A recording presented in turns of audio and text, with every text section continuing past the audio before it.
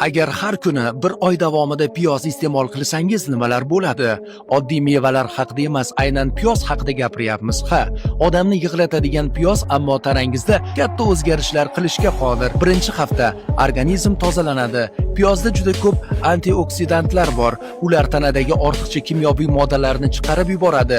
Jigar faoliyati yaxshilanadi, hazm tezlashadi, qorin shishlari kamayadi. Ikkinchi hafta immunitet ko'tariladi. Vitamin C va oltin gugurt birikmalari organizmni mustahkamlaydi. Tanangiz kasalliklarga bemalol qarshilik ko'rsatadi. Uchinchi hafta yurak faoliyati yaxshilanadi.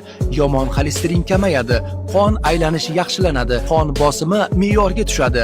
O'zingizni zinadan chiqqanda hansiraydigan odam emas, balki yuragi tinch ishlayotgan insondek his qilasiz. 4-hafta ichaklar tozalanadi. Piyozda prebiotiklar mavjud. Demak, foydali bakteriyalar kerakli ozuqani oladi. Hazm qilish yaxshilanadi. Teri tiniqlashadi, kayfiyat barqarorlashadi va vazn tashlashga ham yordam beradi. Oddiy piyoz bu shunchaki shashlikka qo'shib yeyiladigan mahsulot emas, balki bir bosh piyozga sig'adigan tabiiy dori vositasi. Bu videoni piyoz yemaydigan do'stlaringizga yuboring va bizga obuna bo'lishni unutmang.